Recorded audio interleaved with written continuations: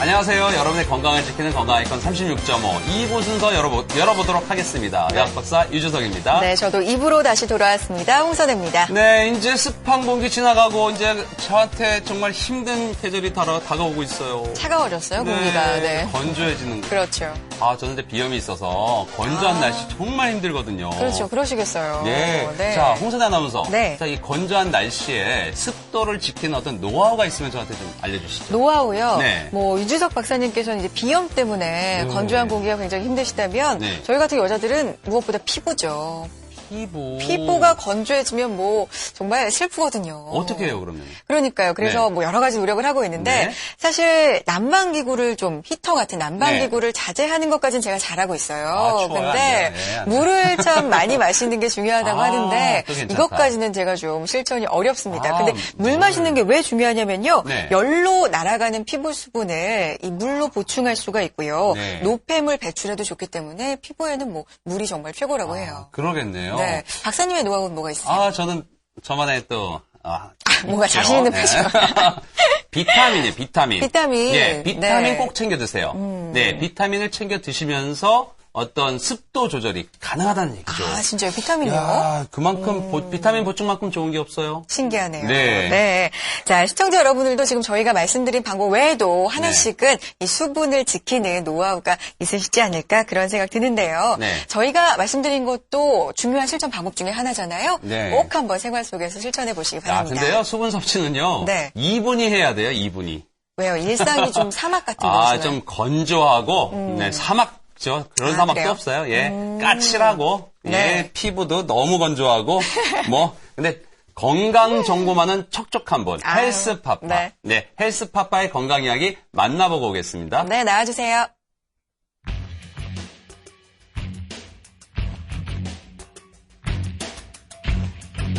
안녕하세요. 헬스파파 이순영입니다.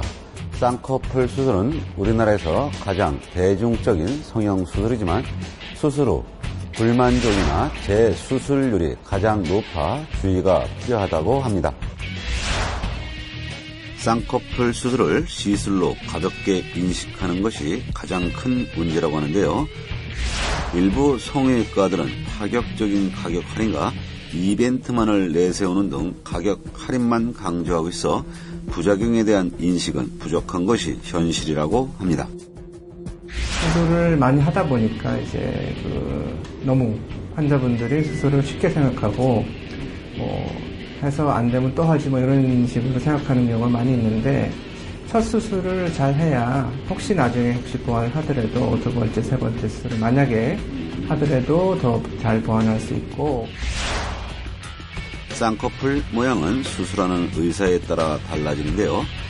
쌍꺼풀 수술은 생애 첫 성형수술인 경우가 많아 절개를 하지 않는 매몰법으로 자연스럽고 또렷한 눈을 기대할 수 있다고 합니다. 극히 일부지만 쌍꺼풀이 풀렸을 경우 매몰법을 적용한 눈은 언제든지 보완과 수정이 가능하다고 합니다. 너무 쉽게 생각해서 예를 들어서 이제 요즘 많이 이제 하는 게 절개법에서 눈매 교정, 안검하수 교정, 트임, 뒷당김, 마레팀 여러 가지 방법이 있는데 너무 과도하게 처음부터 무리한 수술을 많이 해서 회복할 수 없는 부작용에 이르는 경우가 되지 않도록 처음에는 안전하고 간단한 수술을 받는 게 좋다고 생각합니다. 쌍꺼풀 수술은 개인 눈 모양의 단점과 콤플렉스를 잘 보완하고 환자의 니즈와 적절한 수술 방식, 안전성이 모두 충족되어야 만족스러운 결과를 얻을 수 있다고 합니다. 요새는 또 쌍꺼풀 수술, 네. 외모까지 이렇게 또 신경을 쓰시네요. 헬스파파님. 네. 제가 지금 조금 전에 한 말을 들으셨나 봐요. 예, 좀 건조하고 까칠하시다 그랬더니 네. 아주 외모에 신경을 많이 쓰십니다. 정말 나왔던 것처럼 네. 미적인 면도 중요하고 네. 안정성도 중요하고요. 둘 그렇습니다. 다 고려를 하셨으면 좋겠고요. 네. 자, 오늘 이 시간 조금 특별한 시간을 네. 준비를 해봤습니다. 아마 시청자 여러분 가족의 건강에 대해서 상당히 고민을 많이 하실 거예요. 걱정도 본인 많이 건강도 하시고요. 챙기고 그렇죠. 가족 건강, 건강, 본인 네. 건강이 사실 인생에서 굉장히 중요하잖아요. 아유, 그것보다 중요한 게 그렇죠. 있습니까? 최고로 중요하다고 할 수가 있는데 네. 그런 분들이라면 한 번쯤 들어보셨을 법한 유전체 검사에 대해서 오늘 알아볼 거죠. 아, 정말 이거 뜨거운 감자입니다. 유전체 검사. 많이들 들어보셨을 텐데요. 아니면 오늘 처음 들으시더라도요. 어우, 세상이 많이 변했어요. 네. 유전체 검사로 건강검진이 가능하다는 얘기예요. 자, 유전성 있는 질병들을 미리 예방할 수 있다. 이게 얼마나 좋습니까? 그렇죠. 앞으로 내가 암이 걸릴 것이다라는 걸 알 수 있다는 얘기예요. 네. 야, 여기까지 왔어요. 지금까지는 신기합니다. 암 걸린 다음에서야 진단을 했는데, 그러니까 맨날 늦었다는 얘기 듣고 말이야. 네네네. 예? 수술도 못하고 화내지 말이야. 마시고요. 화가 났었죠, 제가. 네. 예, 제 주변에서 암 때문에 돌아가신 분이 얼마나 많은데 아유, 화나죠? 네. 저도 걸릴지 모르는데. 근데 얼마나 후에 걸릴 가능성이 몇 %라는 걸 알 수 있다는 그 유전체 검사. 야, 오늘 시청 꼭 하셔야 됩니다. 네. 부모로부터 물려받을 수 있는 유전적인 병, 뭐 조부모님들로부터 물려받을 수 있는 그래요. 이런 병, 네. 미리미리 검사해서 알아볼 수 있다는 게 정말 신기하고 이게 좀 대중화만 될 수 있다면 네. 많은 병들을 예방할 수 있지 않을까 이런 기대감도 갖게 됩니다. 옆에도 있어요. 당뇨도 유전이에요. 그렇죠. 유전하고 관련 있는 거예요. 맞습니다. 유전하고 관련 없는 거 별로 없어요. 네. 요즘 정말 뜨거운 네. 이슈가 되고 있는데 오늘 건강 아이콘에서는 이 유전체 검사 현재와 미래에 대해서 자세하게 알아보도록 하겠습니다. 네. 단언컨대요. 네. 오늘 방송 안 보시면요. 3대 후회하실 겁니다. 3대가 아, 너무하신 거 아니에요? 너무한 거 아니에요. 지금 중요한 시간이에요. 네, 가문의 위기가 올 수도 있어요. 네. 떨어질 수도 있어. 안 돼. 오늘 꼭 봐야 돼. 이런 내용은 건강 아이콘 36.5에서만 다룹니다. 절대 그만큼, 다른 네. 프로에선 볼 수 없는 내용이에요. 아, 오늘 유난히 이렇게 화내시고 흥분하시고 그러네요. 네. 그만큼 중요한 내용이라는 말씀이신데, 네. 혹시 가족분들 중에 암으로 돌아가신 분이 있으시다거나 아니면 각종 난치성 질환으로 가족이 지금 고생 중이신 분들도 그렇고요. 내 아이가 혹시 병에 걸리지 않을까 걱정 중이신 분들, 네. 오늘 이 시간 주목해 주시기 바랍니다. 자, 전화 활짝 열어놓겠습니다. 02-318-6875, 서울 전화 02-318-6875번으로 전화 주시면 자세하게 상담해 드릴 거고요. 문자 가능하죠? 네, 문자 상담도 열려 있습니다. 샵 3772 누르시고요. 지금 나가고 있네요. 샵 3772 누르시고 궁금한 점 문자 남겨주시면 바로 저희가 또 알려드리고 답변도 같이 해드리겠습니다. 네. 오늘 이 방송 놓치면 뭐 3대가 후회한다 이렇게 무시무시하게 또 말씀해 주셨는데 예. 오늘 그만큼 막중한 책임감이 있으신 분 또 모셔보도록 하겠습니다. 네. 차의과대학 차운병원의 김경철 교수님과 함께하겠습니다. 교수님 어서 오세요. 네, 교수님 안녕하십니까? 반갑습니다. 차움의 김경철입니다. 네. 교수님, 제가 지금 계속 얘기하지만 뭐 우리 3대가 후회하실 수도 있다. 가문에 위기가 올 수도 있다. 이런 말씀을 드렸는데 이 정도로 이제 유전체 검사가 아는 분들한테는 상당히 많이 알려져 있거든요, 현재. 네. 지금 많은 관심이 있는데 이런 관심을 끌게 된 이유가 어떻게 될까요? 사실 유전체 검사가 발전된 것이 최근 한 10년 정도 사이기 때문에 또 10년 사이에 또 최근 또 몇 년 사이에 굉장히 발전되고 있기 때문에 과거 몇 년 전에 그 지식이 또 지금은 또 다를 수 있는 대표적인 분야가 이 부분입니다. 그리고 무엇보다 그 굉장히 기술의 진보가 되어 왔기 때문에 좀 이따 말씀드리겠지만 네. 가격면이나 어떤 시간적인 면에서 굉장히 생활 가까운 데 와 있다 이렇게 말씀드릴 수 있겠습니다. 네.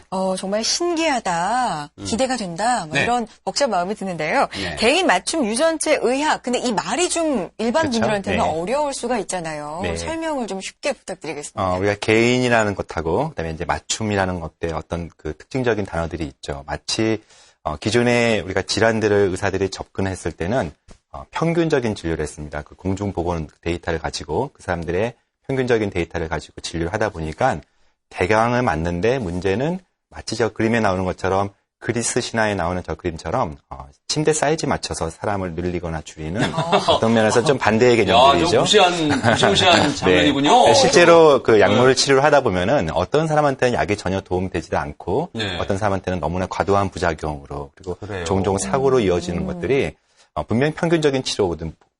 보통 우리가 권하는 치료임에도 불구하고 그것이 사람마다 다 다르게 접근하면 안 된다. 그런 의미에서 개인한테 맞춤식으로 진료하자 이런 개념이고요. 네. 그것이 사실은 예전부터 한의학에서는 체질별로 치료를 하고 접근했었는데 이제 저희들도 유전적인 정보가 사람마다 다르기 때문에 다른 사람들의 정보를 가지고 진료할 수 있고 치료한다 그런 개념이라 할 수 있겠습니다. 네. 저도 환자를 치료하면서요, 네. 상당히 의아했어요. 어떤 점이요? 당뇨병약이나 고혈압약이 이제 정해져 있단 말이에요. 네. 근데 사람마다 어떻게 보면 좀 다를 거 아니에요. 그렇죠. 예, 다 같을 수는 근데 없죠. 약은 같잖아. 쉽게 얘기하면. 그러네요. 그러니까 아까 같이 침대 사이즈에다가 사람을 맞춰야 되는 아유, 그런 끔찍해. 치료가 아닌가 이렇게 생각했는데 맞춤의학으로 해서 또 이제 양장점에서 이렇게 양장점 오랜만에 들어. 이거 뭐라고 그렇게 얘기 안 하나요? 저도 시골에서 자라가지고 네. 양장점이 옆에 있었습니다. 자, 어쨌든 이렇게 맞춤 양복을 이제 전해드리는데, 네. 근데 쉽게 얘기하면 양장점은 좀 비싸거든요. 예, 기성복이 좀 싸지. 네. 예, 그런 부분도 좀 이따 저희가 말씀을 한번 여쭤볼 건데요. 네. 어떤 점에서는 저희가 많은 혜택을 받을 것 같습니다. 근데 그게 어디서 혜택을 받는다는 거죠? 제가 볼 때는 오히려 비싼 치료가 아닌가. 기성화된 치료보다 나한테 맞춘다 그러면은 얼마나 그 의사 선생님들이 저한테만 그렇죠. 네. 돌려준다 그러면은 비쌀 것 같은데. 네. 언뜻 보면은 사실 양장점 비유처럼 네. 그 사람한테 맞춤 개인 치료는 굉장히 비싸 보일 수도 있고 어떤 면은 과도하다 느낄 수 있는데요. 그것을 커버하는 게 사실 기술의 진보가 있거든요. 그리고 최근에 미국에서 발표한 그 미국 데이터 중에 하나는 국가 경제적인 입장이었을 때도 약물 부작용을 감안했을 때 이렇게 맞춤 치료를 했을 때 경제적으로 이득이 있다 이런 보고들이 있을 만큼 아마 하루하루가 달라지게 그런 기술의 진보와 또 그것을 정확히 적용했을 때 치료의 정확성들을 기대했을 때는 결과적으로는 더 어떤 면에서는 비용이 싸다 할 수도 있겠습니다. 네. 예, 비용적인 부분에서는 제가 봐도 맞춤 양복이 좋긴 좋거든요. 예, 또 맞춤 양복은 예전에 많이 비쌌는데 요즘 싸졌어요. 점점 그런 추세죠. 예, 네. 기성복이 더 비싼 경우가 훨씬 많아. 아마도 그걸 말씀하시는 것 같아서 참 기분이 좋습니다. 네. 왜냐면 우리 시청자분들이 많은 비싼 의료비를 지출하고 요즘 가뜩이나 경제도 어려운데 네. 이런 방송하면 안 되겠죠. 근데 그만큼 많이 싸졌다니까요. 정보 많이 알려드릴게요. 네. 사실 저는 유전체 검사라는 걸 네. 10년 정도 됐다 교수님께서 설명해 네. 주셨는데 사실 안 지가 얼마 안 돼요. 네. 바로 저는 이 배우 때문에 알게 됐는데 많이들 아실 거예요. 안젤리나 졸리가 그래요, 맞아요. 그렇죠. 검사를 받고 신문에 유방암에 나왔죠. 걸릴 위험이 네. 있다. 네. 이제 이런 결과가 나오니까 절제수를 받았잖아요. 맞아요. 저 사실 굉장히 놀랐었는데 이런 얘기를 통해서 저는 사실 처음 알게 된 게 유전체 검사거든요. 근데 그 일화를 좀 설명해 주시면 좋을 것 같아요. 제가 말씀드린 이 단편적인 그쵸? 네. 이야기가 네. 많은 분들이 알고 계신 전부일 거예요. 근데 뭔가 더 알고 계시지 않을까 기대가 되는데요. 네. 네. 사실 작년 3월 달에 이제 온 매체에서 안젤리나 졸리가 사실 모든 남성들이 이렇게 사모하기도 하고 또 어떤 면에서는 그 여성 배우의 가장 상징이라 할 수 있는 유방을 병도 걸리지 않았는데 절제한다는 것은 굉장히 무모하다고 할 수 있죠. 놀라웠어요. 네. 그렇죠. 근데 지금 이제 보시다시피 브라카 유전자 1, 2가 있습니다. 좀 생소하실 텐데요. 대표적인 어떤 유전적인 유방암의 핵심 유전자라 할 수 있는데요. 거기가 돌연변이가 있는 경우에 70에서 80% 정도의 평생 유방암이 걸린다는 그런 정확한 예측이 나오죠. 그러니까 남들보다는 한 7배 정도의 꽤 큰 유방암의 위험도인데 사실 70에서 80% 평생 걸린다는 표현을 써도 어떤 사람, 특히 긍정적인 사람은 나는 20, 30%는 안 걸릴 수 있으니까라고 무시하기 좋고 더군다나 지금 질병 걸리지 않았는데 이렇게 네. 하실 수가 있죠. 안젤리나 졸리 같은 경우 어떤 경험이 있었냐면 그분의 이모가 난소암에 걸리셔가지고 같은 유전자가 이제 난소암도 일으킬 수 있는데 일찍 사망하셨어요. 그래서 네. 자신의 그 자녀들이 이제 엄마 없이 자라는 것들을 조카들을 보면서 안젤리나 졸리가 이제 특별히 그 모성애가 강하시기 때문에 네. 자신한테도 이런 일이 닥칠 수 있다. 자신의 자녀들한테 닥칠 수 있기 때문에 어차피 70에서 80% 걸릴 거라면 그것도 원치 않은 시기에 걸릴 거라면 이 적절한 시기에 절제하고 시청자들이 오해하시는 것은 유방을 절제한 것이 아니라 네. 유방 속의 그 실질들을 절제한 것들이죠. 그래서 다시 보형물을 넣기 때문에 그 이후에 더 당당하게 활동할 수 있는. 사실은 이러한 방법들은 이미 그 헐리우드 배우들 사이에서는 조금 유행이었던 부분들이 좀 있었습니다. 그래서 크게 그렇게 많이 잃은 것은 없고 네. 어떤 면에서는 아주 지혜로웠다라고 할 수도 있는 그런 부분도 있겠다 할 수 있겠습니다. 그러니까 네. 오해가 있었네요. 네. 가슴은 사실 그대로 더 예쁘게 네, 더 오히려. 예뻐졌다고 할수 그렇죠. 있겠죠. 있는 네. 거죠. 왜 이렇게 좋아해요? 네? 그런가?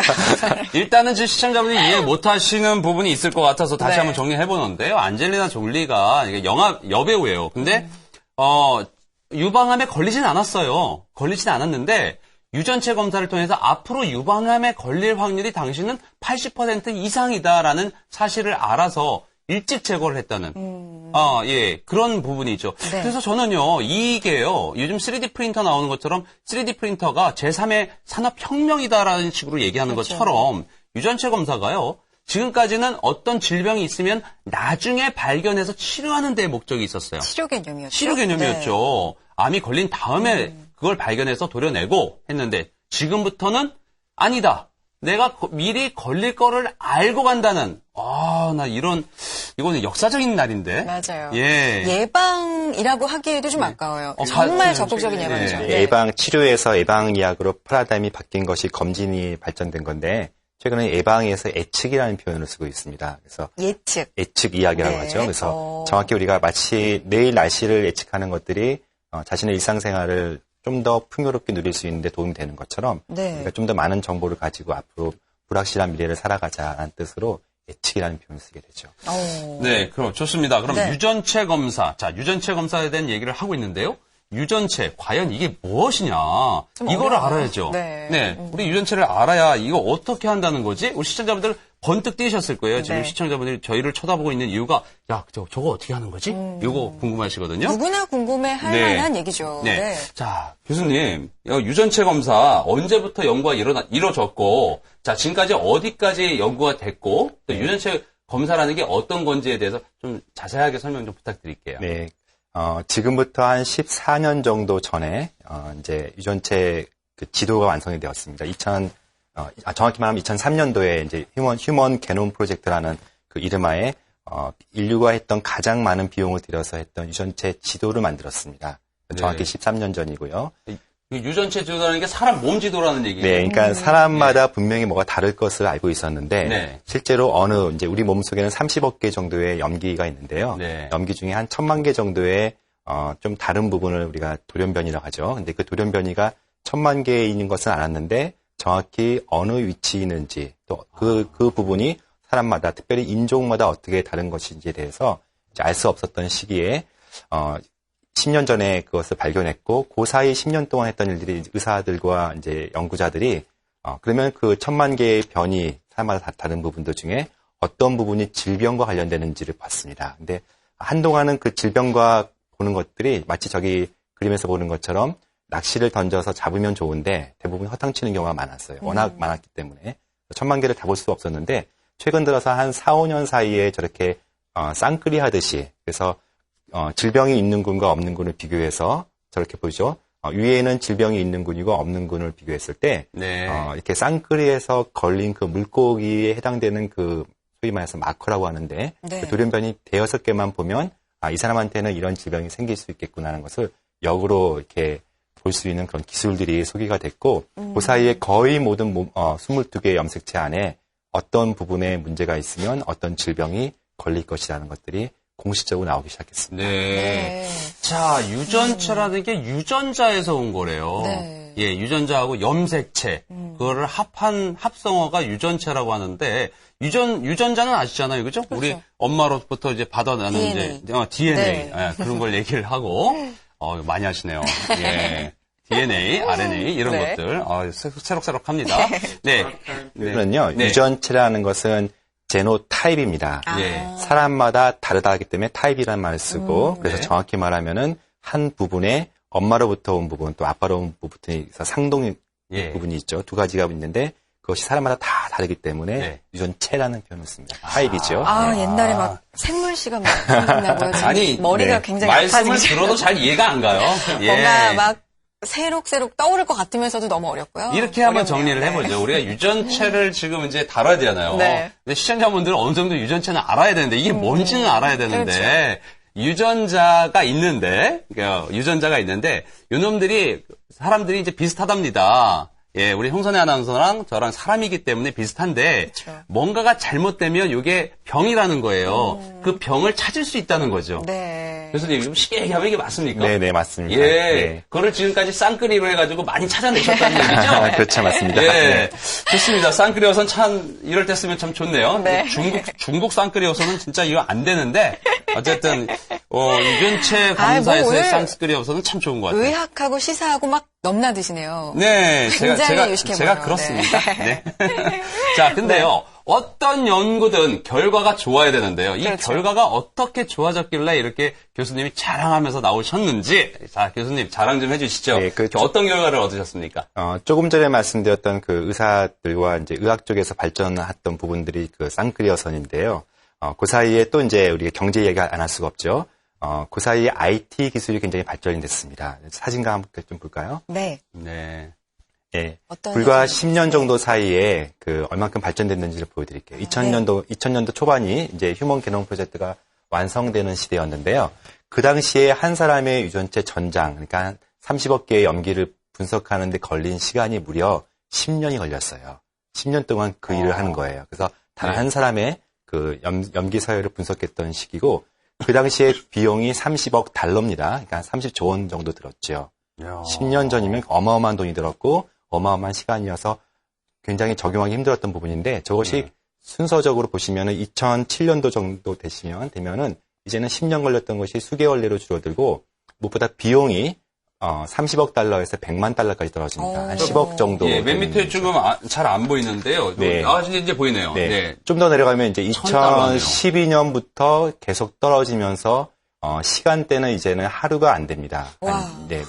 또 심지어는 지금 좀 있으면 소개되는 것들은 15분 내에 다 맞춰지는. 잠깐만요. 네. 이게 2000년도는 네. 10년 걸렸고 한 사람을 파악하는데 10년 걸리고 우리나라 돈으로 3조 원. 네. 야, 지금은 15분밖에 안 걸리고 100만 원. 네, 아직은 15분 걸리는 것은 예. 이제 상용화되지는 않았지만 지금은 보통 한 서너 시간 정도 걸린다고 보시면 되겠습니다. 예. 그것이 이제는 한 200만 원 정도 선에서 전장 유전체가 분석이 되는 그런 시대를 살고 있기 때문에 예. 그 다음 슬라이드 한번 볼까요? 네.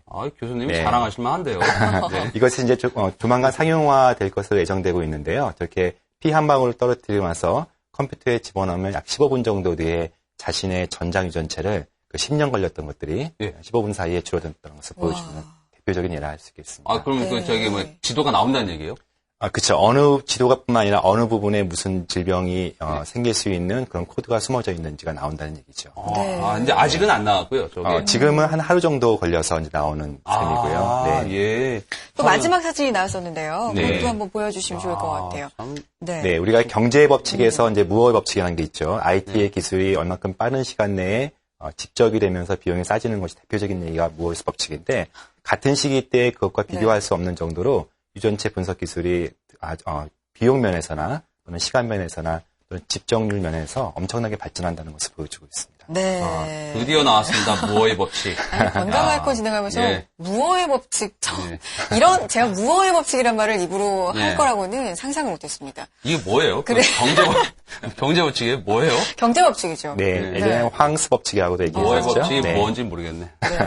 경제 IT 공부하시는 분들은 뭐 반갑기도 하고 네. 의학하고 이렇게 접목이 되는구나 참 신기하다 생각도 드는데 네. 어쨌든 뭐 간단하게 말하면 엄청난 발전을 이뤘다. 짧은 시간 내에 이렇게 볼 수 있습니다. 그러면 중요한 건 이제 어떤 분야에 적용될 수 있느냐 이 문제예요. 어디에 네. 적용될 수 있을까요?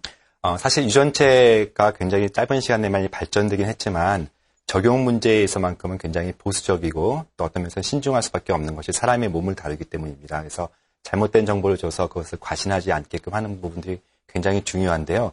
그럼에도 불구하고 가까운 미래 아니면 어쩌면 벌써부터 적용될 수 있는 대표적인 세 가지 분야가 있는데, 첫 번째가 약물 유전체라는 분야입니다. 그래서 어떤 약을 쓸지를 우리 몸속의 유전체에 따라서 쓸 수 있다는 그런 개념들이죠. 아까 처음에 말씀드렸던 것처럼 사람마다 약이 도움되는 경우도 있지만 심한 경우는 부작용이 생겨서 죽는 경우도 있고, 해마다 의료사고 중에 대표적인 것이 약사고들이죠. 그래서 저것을 정확히 아는 게 중요한데, 특별히 항암치료가처럼 일생에 단 한 번 쓸 수밖에 없는 약인데 그 시기를 놓치면 안 되는, 그래서 무엇보다 그 선택이 중요한 그런 약제에 있어서는 항암치료 쪽에서 약물 유전체에 따라서 어떤 약을 쓸 것인지를 정하는 것은 매우 중요하다고 할 수 있겠습니다.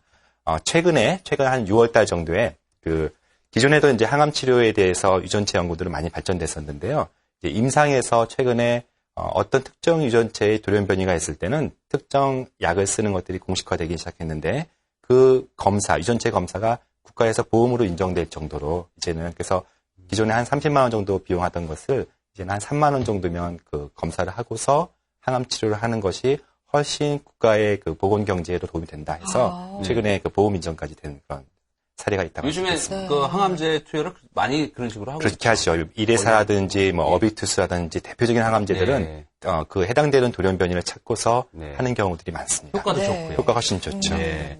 저 조금 전에 보니까 또 영양 유전체학이라고 또 네. 있는데요. 이것도 뭐 영양사와 관련된. 어떤 면에서는 그 영양유전체라는 개념, 그러니까 음식을 먹는데 사람마다 다르게 먹는다는 개념은 우리 전통 한의학에서 또는 한의학이 아니더라도 누구나 일상에서 경험하는 그런 경험에서 나온 바탕들이겠죠. 주변에서 흔히 같은 식사를 먹는데 다르게 반응하는 것들이 그렇죠. 있죠. 네네. 같은 음식의 양을 먹는데 어떤 사람은 살을 찌고요. 네. 어떤 사람은 제가 그래요. 좀 억울하지. 저는 물만 진짜- 먹어도 살을 찌죠. 예, 정말 저 네. 오해를 많이 받거든요. 저 요만큼밖에 안 먹거든요. 그쵸. 네, 솔직히 요만큼은 아니시죠. 아, 점심 제 병원에 보세요. 저 요만큼밖에 안 먹어요. 진짜요? 진짜. 예, 저 억울해요. 저녁을 몇 번 저희가 같이 먹었잖아요. 저녁은 좀 많이 정말 먹어요. 많이 드세요. 네. 저녁을 좀 많이 먹어요, 제가. 네, 이처럼 이제 먹는 것이 사람한테 굉장히 중요하고요. 또 네. 먹는 것이 곧 자신이 된다는 얘기가 있죠. 그래서 아. 우리가 이제 유전과 먹는 것은, 즉 음식과 유전은 굉장히 상호적으로 작용합니다. 그래서 어느 것이 먼저를 할 수 없어요. 어떤 경우는 음식이 유전체를 바꾸기도 하고요. 또는 유전체에 따라서 음식을 달리 먹어야 되기도 하고 이렇게 상호적으로 작용하기 때문에 질병을 이해하고 병을 예방하기 위해서는 음식과 또 유전의 상호작용을 이해하는 게 굉장히 중요하다 할 수 있겠습니다. 네. 지금 네. 유전체에 따른 오메가3의 복용 여부가 나오는데요. 이건 뭐예요? 예. 자, 일반적으로 우리가 비타민이라든지 오메가3 같은 것들은 다 좋은 걸로, 그래서 누구나 다 맞아요. 먹는 걸로 다 되어 네네네. 있죠. 근데 연구에 의하면 어떤 경우는 비타민 연구를 특히 뉴스에서 많이 나오는 것 중에 하나는 비타민을 먹어야 되는 건지 말아야 되는 건지, 어떤 비타민 연구에서는 질병을 일으키지 않는다고 하지만 어떤 질병을 일으킨다는 엉뚱한 보고가 나오기도 하죠. 오히려 비타민이요. 오히려 비타민이요. 오. 마찬가지 오메가3도 마찬가지인데 네. 이 부분은 제가 미국에 있을 때 연구했던 그런 부분이기도 한데요. 지금 대부분의 유전체에 따라서 대부분 사람들은 오메가3가 좋습니다. 좋은 콜레스테롤을 높이고 중성지방을 낮추기 때문에. 근데 보시다시피 저렇게 빨간색에 표시되어 있는 특정 유전체를 가진 그룹들은 오히려 심장병 발생을 높일 수 있기 때문에 저런 유전 타입, 즉 게놈 타입, 유전체 타입에 따라서는 먹지 않는 것이 좋겠다는 권고를 할 수가 있겠지요. 네. 그 다음 슬라이드에서 보시면은 일반적으로 엽산은 대장암을 일으키지 않게끔 하는 데 도움이 됩니다. 그래서 엽산을 많이 먹을수록 대장암을 덜 일으키는 것이 일반적인 상식인데요. 최근 연구에서는 꼭 그렇지만은 않다는 것들이 나와요. 네. 대표적인 게 유전체 연구인데요. 특정 유전체를 가지고 있는 경우는 처음에 있는 막대 그래프에서 보시면은 엽산의 양이 증가할수록 오히려 대장암이 감소하는 그런 경향이 있죠. 일반적이죠. 그러나 그 옆에 유전체 타입에서는 저런 타입이 있는 분들은 오히려 엽산이 대장암을 일으킨다라는 보고도 있을 수 있겠죠. 야, 네. 유전체 검사 이거 꼭 받고 약을 보여야 되겠는데요. 그래요. 앞으로 그냥 하면 안 될 것 같은데요. 야, 오늘 유전체 검사에 대해서 많은 내용을 다루고 있습니다. 네. 지금 실시간 문자가 들어와 있죠? 네, 문자 상담 받아보고 가겠습니다. 네, 보여주세요. 네, 6804님, 출산 시 병원에서 신생아 유전체 선별 검사, 유전체 선별 검사는 유전자 검사인 건가요? 이게 뭐죠, 이게? 네, 어쨌든, 신생아 제가 유전체 듣기로 선별 유전자 검사, 네. 검사에서 특기 소견 나오려면 초등학생은 돼야 한다는데, 신생아 검사에 대한 신뢰도가 얼마나 될까요? 네. 아, 이거 자녀분에 대한 그래요. 걱정 때문에 네. 좀 주신 거네요.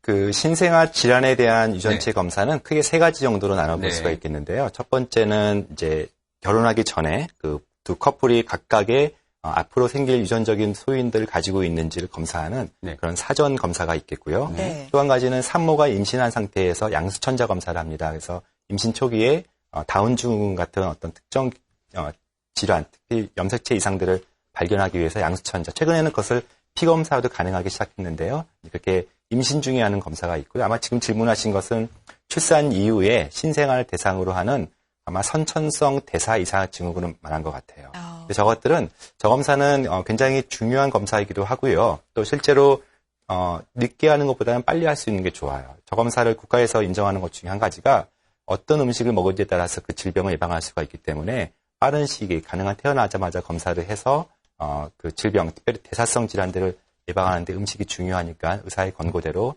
따르는 것이 좋겠다 할 수 있겠습니다. 네, 네. 태어나자마자. 자, 유전체 검사에 대한 아주 매력에 푹 빠져들고 있어요, 지금 그러게요. 현재. 근데 이제, 교수님 말씀에 보면은 어떤 약이 이 사람한테는 맞을 수 있지만 이 사람한테는 안 맞을 수 있다는 그래요. 게 발견이 됐다고 해요. 비타민 다 좋은 줄 알았는데 어떤 사람한테는 독이 될 수도 있고요. 네. 자, 이거 지금 짚고 넘어가야 돼요. 네. 자, 또 한 가지가 있어요. 우리 제 주변에, 아는 친척분인데, 여성분인데, 네. 돌아가셨어요. 폐암으로. 아, 그분은 담배도 안 펴요.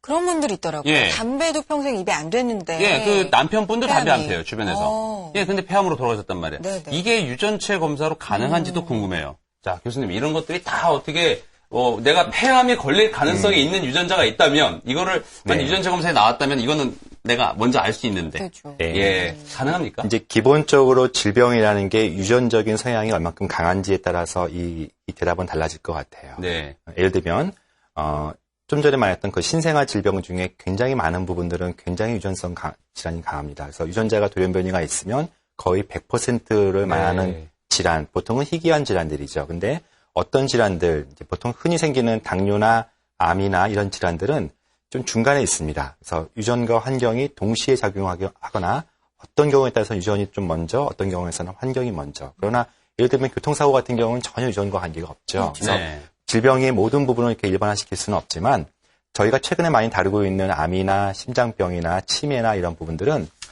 종종 저희가 설명할 수 없는 것들이 참 많아요. 예를 들어서 말씀하신 것처럼 담배를 전혀 안 피는데 담배가 제일 네. 중요한 폐암 발생의 기전이라고 하는데 본인한테는 담배는 안 피잖아요. 근데 폐암 생길 수가 있고 그것보다는 담배를 너무 많이 피는데 또 폐암 안 생기는 경우도 네. 있고 이게 뭔가 안 맞는 경우가 우리 일상 가운데 많죠. 네. 그때 저희들이 흔히 하는 얘기가 유전적인 소인이 강할 것이다 이렇게 얘기를 해요. 네. 네. 그래서 질병마다 예컨대 골다공증 같은 경우는 한 60% 정도에서 유전적인 소인이라고 얘기를 해요. 네. 그러나 유방암 같은 경우는 한 25% 정도라고 합니다. 그래서 그것을 네. 일반화시키기는 어렵지만 최근 들어서는 굉장히 많은 유전적인 그런 데이터가 나오면서 우리가 기존에 있는 위험 요인에 플러스에다 유전적인 요인을 같이 해석해서 좀 더 정확히 질병을 예측하는 그런 것들이 나오기 시작합니다. 지금 그래프 나오는 것 중에서 이제 민감성 연구인데요. 네. 지금 왼쪽에 지금 높은 막대 그래프가 있는 게 민감성이 높다는 질환인가요? 아마 저 사진에서는 그 민감성 자체가 왼쪽에 있는 것은 유병률로 보여준 것 같고요. 네네. 그 막대 그래프에 있는 것보다 그 빨간색 실선이 더 높은 경우를 민감성이 있는 걸로 표현될 수 있겠다. 아, 그 막대 그래프보다 높은 것들이요? 네네네. 아, 그럼 두 번째 거. 네, 그래서 아마 결론적으로 저런 식으로 네. 어떤 특정 질병에 좀 더 민감하다.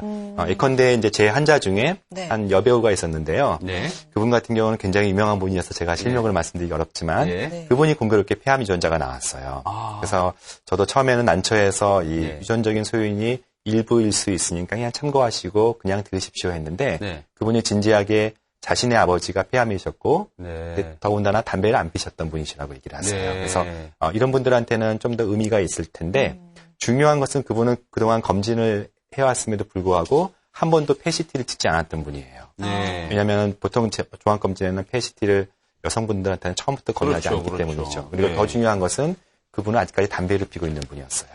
그러니까 이렇게 유전적인 민감성이 비록 예측이기 때문에 평생 걸린다는 것을 보장하지 않는다 할지라도 어떤 면에서는 그 질병에 민감성이 있는 질병에 대해서는 좀 더 검진 주기를 짧게 한다거나 또는 빼먹지 않게끔 좀 더 네. 각성하는 의미가 있겠고요. 네. 더 중요한 것은 질병을 적극적으로 예방하기 위해서 금연을 하거나 어떤 운동을 하거나 또는 다이어트 하는 게 중요하죠. 네, 환경적인 요인도 중요하니까요. 그죠? 굉장히 중요하니까요. 네. 그래서 네. 네, 지금 나온 이제 유전적 질병 민감성에 대해서 이것 네. 좀 설명해 주시겠습니까? 네, 보시다시피 저렇게 폐암과 대장암의 옆에 보시면 2.1배, 1.4배 이렇게 나오죠. 네네.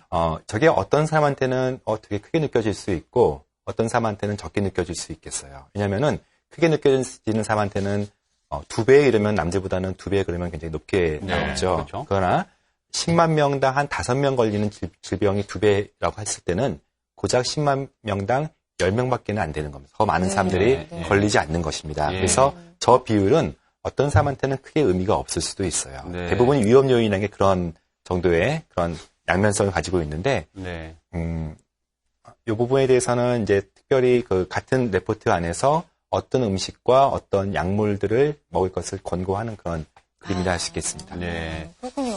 갑자기 이런 생각이 들어요. 그 어떤 모 생각이요? 프로그램에서 그 복불복 게임이 있습니다. 나만 아니면 돼. 그렇죠. 예, 근데 결국은 그때는요, 내가 잘못 뽑으면 뭔가 안 좋은 걸 먹든지, 밖에서 하나를. 자든지 네. 해야 되는 상황이지만, 네. 내가 대충 알아. 뭘 뽑을지에 대해서. 야, 이거 괜찮은데요? 그러게요. 네, 이런 게임은 해볼만 합니다. 맞습니다. 그래서 그게 바로 유전체 검사라는 거죠. 네. 자, 여기까지 왔는데, 우리 전화 상담 지금 계속 들어오고 있다고 하는데요. 전화 상담 받아보고 가겠습니다. 네, 연결돼 있나요? 만나보겠습니다. 여보세요? 안녕하세요. 네, 안녕하세요. 반갑습니다. 좀 앳된 목소리신 것 젊으신 같은데. 것 같아요. 네. 네. 오늘 어떤 점 때문에 전화 주셨어요? 네, 제가 몸이 좀 안 좋은데요. 네네. 여기저기 안 좋거든요. 여기저기. 네, 몸이 좀 많이 약한 편인데. 네네. 그래서 나이가 지금 21살이에요. 아유, 되게 정말, 젊으시네. 네. 예, 예. 네, 21살인데 근데 네. 가끔 잘 쓰러져서 아, 걱정이 돼서 요즘 사실 병원 다니고 있거든요. 네. 네, 검사 받고 있는데 한 지금 뭐 심장내과 가보고 순환기내과 가보고 그러고 있는 중이에요. 네. 네, 원인은 잘 모르겠어서 근데 외할머니가 저혈압이 있으시고요. 네. 약을 드시고 있고 어머니가 빈혈이 좀 있으세요. 네. 근데 지금 병원에서 검사하면은 뭐 아직 검사 결과 뭐 많이 나온 건 아니지만 정상이라고 나오거든요. 네. 이런 경우에 유전자에 뭐 문제가 있고 자, 이게 어머니나 좀 외할머니한테 복잡한데요. 물려받는 걸까요? 예. 자, 복잡한데요. 여기저기 아프고, 가끔 네. 쓰러지고, 뭐 허약하다는 말씀을 하시는 것 같아요. 네. 이런 유전자도 있습니까? 사실은 이제 지금까지 연구된 많은 유전체 검사들은 질병과 관련된 검사들이에요. 그러니까 네. 당뇨나 혈압이나 심장병이나 주요 질병의 유전자에 대해서 우선적으로 먼저 검사가 되고 있고 연구가 됐기 때문에 아마 지금 사연을 말씀하셨던 분이 원하시는 그런 검사는 없다고 보시면 돼요. 네. 그러나 이제 그 부분은 없는데 상당 부분 질병이라는 관점에서 우리가 많은 건강을 접근하지 않습니까? 네. 조금 말씀하신 분도 젊으신 분이고 신장 문제나 다른 문제가 없다고 했을 때 또 좀 다른 측면에서 건강 문제로 봐서 검사를 하시는 것도 괜찮을 것 같아요. 네. 네. 자, 유전체 검사로 지금 시청자분들 어떻게 궁금증을 해결해 줄 수는 없을 것 같습니다. 아마 1차적으로 질병을 좀 찾아보시는 게 더 좋을 것 같은데요. 도움 되셨습니까? 네, 알겠습니다. 예, 고맙습니다. 네, 고맙습니다. 네. 아유, 목소리는 밝게 끊으시네. 자, 그러면 제가 좀 궁금한 걸 여쭤볼게요. 네네. 지금 그럼 어느 정도, 몇 개의 질환을 유전체 검사로 알 수 있을까요? 지금 주요 질병이라고 할 수 있는 대부분의 질병들은 이미 다 나왔다고 할 수 있겠어요. 그러니까 뭐 암이든지 네. 또는 중풍이라든지 심근경색, 거의 뭐 세세하게까지는 어떤 정신과적인 행동 장애들도 대부분 나왔다고 할 수 있어요. 참 개수로 얘기하면 한 2, 300까지 될까요? 좀 더 많을 것 같습니다. 아, 그 정도 질병의 양이 그렇군요. 굉장히 많기 때문에 네. 1000개 정도는 나오지 않았을까 1000개 싶습니다. 정도요? 네. 야, 알츠하이머 같은 거는 당연히 나왔을 당연히 것 나왔죠. 같고요. 네. 저희 그 큰아버님이 지금 엄청 이거 하면 이 방송 보고 계실 것 같은데 저희 담배를 많이 피세요. 네. 근데 우리 할아버님도 담배를 많이 피셨는데 86에 돌아가셨는데도 폐는 괜찮으셨거든요. 네. 담배를 그렇게 많이 피시는 분들이 그러니까 폐암에 안 걸리는 그런 유전자도 있나요, 따로? 네, 한 연구에 의하면 담배를 많이 피는데도 그 유전자가 어떤 타입일 경우는 폐암에 좀 덜 걸린다는 연구도 분명히 있지요. 근데 이것이 사실 모든 흡연자한테 안심을 줄 수 있는 것은 아닌 게요. 그렇죠. 네. 이게 네. 폐암에 대해서는 특히 그 특정 유전자에 대해서는 그렇게 말씀드릴 수 있지만 담배가 미치는 영향이 폐암만 있는 것이 아니거든요. 그래서 네. 실제로 이것을 과대하게 해석해서 아니, 예. 담배를 계속 펴도 된다라고 하는 것은 조금은 성급할 수 있겠죠. 그래서 너무 안심하시죠. 제가 말씀드리는 거는 이제 1000가지 질병에 대한 유전자는 있는데 네. 질병을 막는 유전자도 혹시 발견을 하셨냐는 말씀을 드렸던 거예요. 네. 예. 거기에는 아직까지 나와 있죠. 아까 말씀드린 것처럼 우선순위가 이제 질병 쪽에 많이 있었던 것 같고요. 질병을 네. 막는 유전자라는 개념은 아마 없었던 걸로 알고 있을까요? 그렇군요. 괜한 질수록. 얘기했습니다. 네. 그래도 많은 분들이 궁금하셨던 점이었을 거예요. 네, 네, 들을수록 참 신기합니다. 유전체 검사에 대해서 알아보고 있는데 네. 자, 실시간 문자 상담도 계속해서 들어오고 네. 있거든요. 하나 보고 가겠습니다. 보여주세요. 네, 7932님. 얼마 전 대학병원에서 부모님 건강검진 중에 유전체 검사를 가족 모두에 권하더라고요. 설명을 듣고 보니 하고 싶긴 한데 문제는 비용이었습니다. 무전체 검사도 종류가 있던데 어느 정도 비용의 검사를 하는 게 가장 효과적인가요? 돈 얘기해서 죄송합니다. 참 예의 바르신 분이에요. 예. 죄송하실 거 없습니다. 네. 죄송할 필요 없죠. 많은 분들이 걱정하시는 그럼요. 부분이죠. 그럼 비용 부분. 돈이 그쵸, 네. 좀 비용 대비 좀 잘 돼야죠. 그리고 이 유전체 검사 사실 정말 대중화되어 있는 검사는 아니기 때문에 비쌀 거라는 걱정이 분명히 있거든요. 네. 네. 사실 모든 사람한테 저렇게 권할 필요는 없고요. 가족 가운데 이제 질환들이 좀 많은 그런 집안들이 있어요. 그래서 그런 어떤 불안감이 있거나 또는 어떤 특정 상황에 놓였을 때 보통 검사하는 게 원칙이라 볼 수 있겠고요. 비용 문제는 사실 굉장히 다양합니다.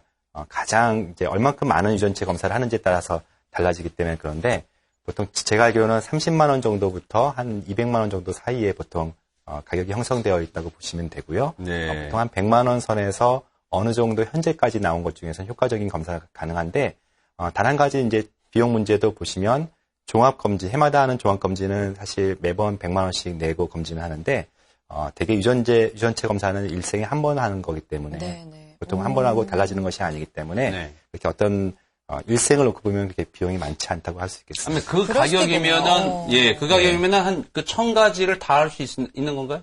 한 100만 원 정도면은 1000가지는 아니고요. 네. 그중에 대표적인 근데 그것도 회사마다 좀 다른 것 같은데 네. 질병을 놓고 보면은 한 40종에서 70종 정도가 되는 것 같습니다.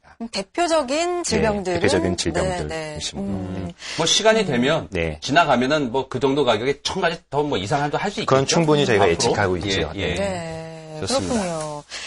아까 유주석 박사님께서 네. 그런 말 하셨잖아요. 물만 먹어도 살찌는 체질, 뭐 이런 말씀해 주셨는데. 억울하다니까요. 많은 분들이 정말 걱정하시죠. 네. 왜 나는 똑같은 양을 먹는데 더 살이 찌고. 이런 걱정하세요. 그래요. 이런 것도 혹시 유전체 검사 통해서 좀 밝혀낼 네, 수 있는 밝혀주세요. 부분인가요? 예, 네. 사람들이 사실 제일 궁금해하는 게 네. 저도 이제 진료실에서 비만 가지고 상담을 할 때 가장 많이 억울해하시는 것 중에 하나가 자신은 정말 많이 먹지 않는다는 거예요. 그래서 억울하죠. 저희는 처음에 믿지 않죠. 근데 이제 일기를 써보면은 정말 적게 먹으시더라고요. 적게 먹으시는데 살은 안 빠지고 사실은 그 사람이 억울한 것도 있지만 더 많은 사람들은 아마 이게 아나운서님처럼 네네. 많이 먹는데 살이 안 찌는 좀 얄미운 사람이 있을 거예요. 주변에 한두 네, 명씩은 꼭 얄미운 있죠. 사람이니까요. 진짜 많이 먹는데 안 찌는. 그래서 누구나 우리가 비만 문제만 놓고 보면은 자신의 의지와 어떤 생활 습관만의 문제가 아니고 정말 유전체가 있구나라는 것들을 누구나 좀 의심하거나 좀 그렇게 믿고 있죠. 실제로 네. 있습니다. 아, 그래서 그래요? 있죠. 네. 네. 대표적인 유전자가 이제 FTO 유전자라고 있는데요. 예. 이 유전자 같은 경우는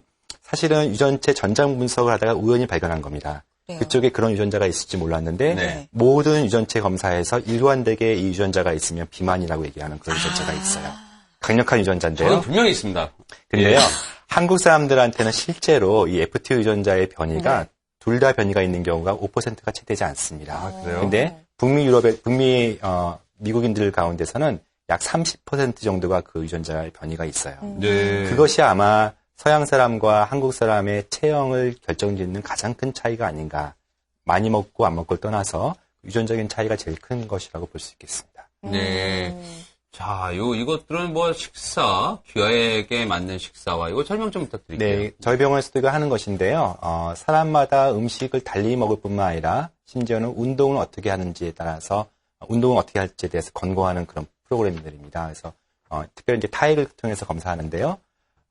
여기서는 크게 식생활 습관이 있죠. 나한테는 식탐 유전자가 있는지 사람마다 다를 수 있어요. 어떤 사람은 새벽 아침부터 배고파가지고 그렇죠? 그렇죠. 저녁 내내 배고픈 사람이 네네. 있고 네. 특별히 저녁 식사 직전에는 거의 쓰러지기 직전인 그런 사람도 있을 수 있겠고요. 다 다르죠. 네. 다 다르죠. 어떤 사람은 식사를 하면서도 계속 포만감을 못 느끼는 사람이 있죠.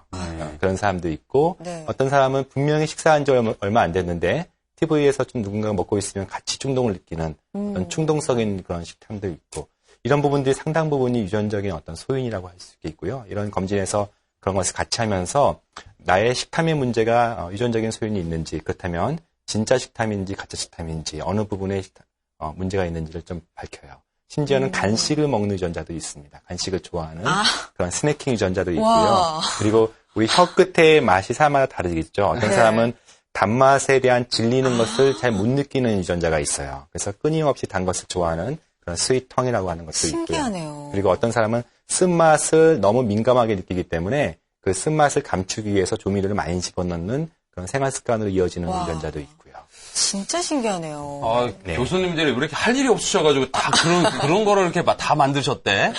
신기하네요, 정말. 네. 쓴맛을 못 느끼는. 는 이제 네. 이 검사 안에도 있지만 술을 먹을 때 잘 먹는 사람이 있고 못 네. 먹는 사람이 분명히 그렇죠. 있죠. 네. 길러지는 것도 있지만 어떤 사람은 술을 조금만 돼도 그 다음날 바로 그렇죠. 먹고. 다 다르죠. 네, 네네. 그래서 그것은 이제 알코올 분해 효소라는 게 있는데 네. 그 효소의 액티비티, 효소의 활성도가 유전적으로 정해진다는 얘기죠. 네, 그것도 이제 네. 지금 벌써 발견이 된 거죠? 돼 있고 뭐 많습니다. 커피를 마실 때 잠 못 주무시는 분, 와. 커피를 마실 때 뭐 신경 안 쓰고 잘 그럼 자는 유전체 분들. 검사를 통해서 내가 그런 타입이다라는 걸 알 수 있다는 알 수 있죠. 거죠. 네.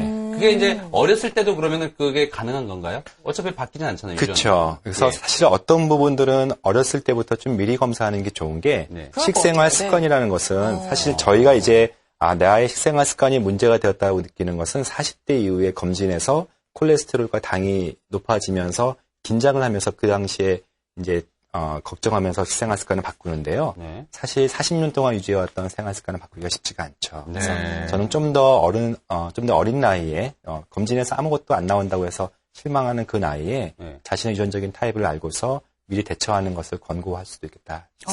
이거 신기합니다. 예, 우리 애들을 위해서는 꼭 필요한 검사가 아닌가 싶어요. 일생에 한 번 하면 되니까요. 변하지 않고. 이왕에 네. 이제 비만 얘기 나왔는데 아까 뭐 식탐 유전자, 뭐 비만 유전자. 신기해요. 식탐도 유전자가 있군요. 예, 저는 다 있어 보여요. 예. 근데 저는 진짜 먹고 싶은 거 못 참으면 화가 날 정도니까요. 예, 참으면 화가 날 정도니까. 자, 요즘에 식생활이 서구화됐단 말이에요. 햄버거 좋아하고요, 샌드위치 매일 거기다 커피 마시고 있고요. 그쵸. 하는데 그 비만에 따라서 비만도가 서양화가 되고 있단 말이에요. 네. 한국 비만도가. 네. 자, 이런 것도 유전체 검사로 통해서 우리가 알 수가 있겠습니까? 네, 저희가 이제 경험을 통해서 이렇게 분석해 봤더니 서양 유전자와 한국 유전자 확실히 다르죠. 네. 그래서 서양 사람들 같은 경우는 고도 비만이 많고 한국 사람들은 좀 내장 비만이 많다 이렇게 많이 하죠. 상당 부분 이제 식생활 습관도 관련되지만 유전적인 소인이 확실히 다르다는 것을 볼 수 있었는데요. 아까 말씀드렸던 그 FTO 유전자의 지배는 한국 사람들은 덜 받습니다. 그러나 상대적으로 중추신경계에 관련된 어떤 식탐 유전자가 한국 사람들한테는 좀 많은 부분이고요. 스낵킹이라든지 탄수화물 중독과 관련된 그런 유전자가 한국 사람들은 좀 더 많은 그런 타입이라고 할 수 있습니다. 간식을 더 좋아하고 간식을 좀 탄수화물을 좋아하죠. 더 좋아하고. 한국 사람들은 사실 밥심으로 사는 게 아니라 밥심으로 비만이 되는 것들이 그래요? 있기 때문에 한국 밥심으로 사는 게 사람들한테는 그 아니군요. 탄수화물에 가장 큰 취약점을 가지고 있는 그런 상황이라 할 수 있겠습니다. 그렇군요. 간식 유전자는 저는 분명히 있는데. 저도 분명히 있네요. 식사하고 식사 중간에 뭐 먹어야 돼요. 네.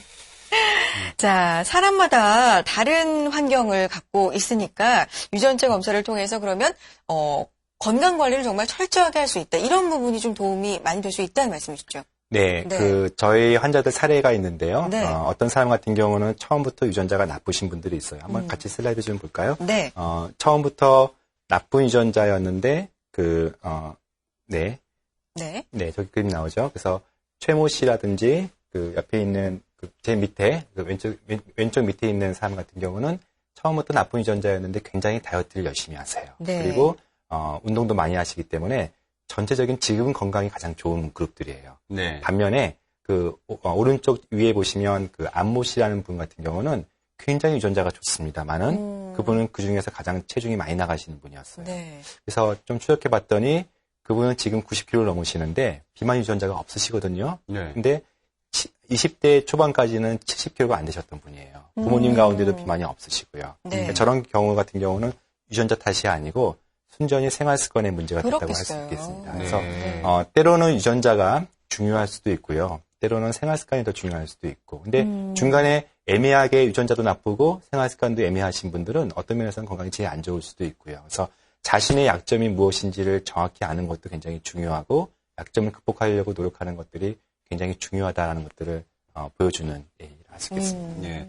자, 오른쪽 아래쪽에 있는 안 좋은 유전자, 안 좋은 나쁜 습관 참 불쌍한 그룹입니다. 내가 볼 때는. 그러게요. 자, 네. 유전체 검사를 통해서 질병을 미리 예측하고 치료한다. 정말 귀가 번쩍 뜨이는 행복한 말이 아닐 수 없습니다. 맞습니다. 오늘 정말 유익한 시간이 아니었나 싶은데요. 자, 지금까지 차의과대학 차은병원의 김경철 교수님과 함께했습니다. 고맙습니다. 네, 고맙습니다. 감사합니다.